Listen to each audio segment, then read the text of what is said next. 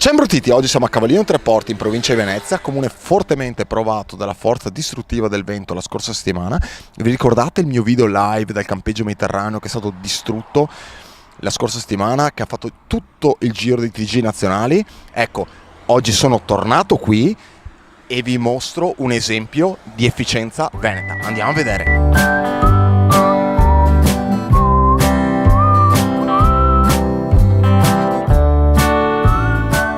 Siamo qui al Campi Mediterraneo, che è stato il campeggio più colpito di tutto il litorale. Qua abbiamo un direttore super local, si chiama Francesco Enzo, lui è di Cavallino Tre Porti, e siamo esattamente a 7 giorni dal disastro che ha colpito il campeggio. Loro hanno fatto delle cose pazzesche, hanno ripulito tutto, andiamo a vedere. Ma andiamo via con la macchinetta? Sì, dai. È la prima volta che vado, ho sempre sognato sta roba qua. Guarda, e anche il prosecco qua. La macchinetta elettrica col prosecco. La verità è che quello lì è il prosecco del benvenuto che si trova dentro il culo. Bravissimo. Quello che si è visto nella tua diretta riprendeva una delle due parti del villaggio colpite dalla tempesta.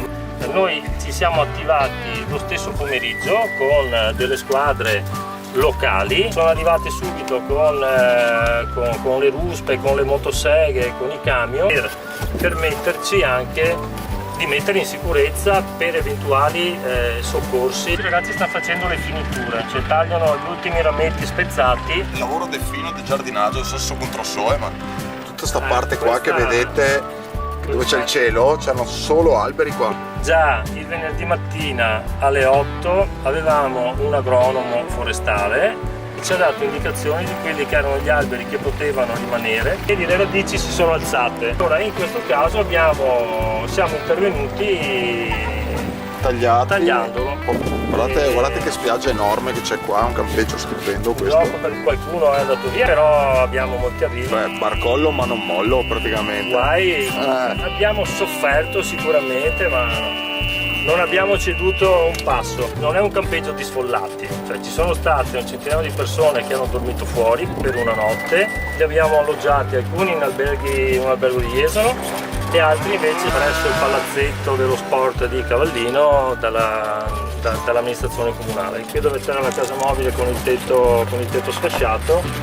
Qua avete già liberato tutto? Cioè abbiamo un cliente, un'ospite tedesca, era rimasta sotto i rami. Lo schiacciamento aveva colpito la colonna vertebrale. Tutta questa zona che vedete qua, che vedete libera, che sembra quasi un parcheggio a vederla così, che adesso è libera, erano tutte piazzole pieno di pini e robe, vedete che stanno lavorando ancora là, ma hanno ripulito praticamente tutto. Avevi già a piantare gli alberi nuovi? Siamo veneti, non ci perdiamo mica noi. Guarda, questo che sta arrivando è un camion che sta portando gli alberi che stiamo andando a trapiantare. Questo è un bilico qua vedi, di piante che... come ti compri i gerani, ti compri anche il pino?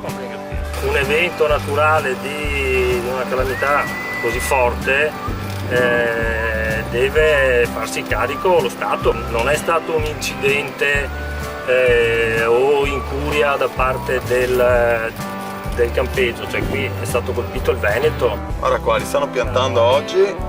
Guarda che adesso devo portare la piantina. Io che vi mia comprare in Cina sti alberi qua. No, niente, ok. Veneti. Alberi veneti, così, alberi veneti, no cinesi. Bel lavoro, grazie, dai. Bravi. E il presidente Zaia, che è venuto qua subito, deve ascoltare l'appello del direttore. Non dite mai sono di Venezia, sono di Cavallino, esatto. Sono molto orgogliosi di essere Cavallino. E hanno ragione, anche perché guardate che posti che ci sono. Inizialmente è stata paura, la paura di trovare delle persone ferite, stringe il cuore perché non ti aspetti che la natura ti possa fare un torto così grande. Cosa vuol dire per te essere veneto? Non ci sediamo ad aspettare che qualcuno ci venga ad aiutare, vogliamo risolvere i problemi e non ci arrendiamo mai. Questo è essere veneto, non arrendersi, non piegarsi, soffrire a volte anche in silenzio e non arrendersi.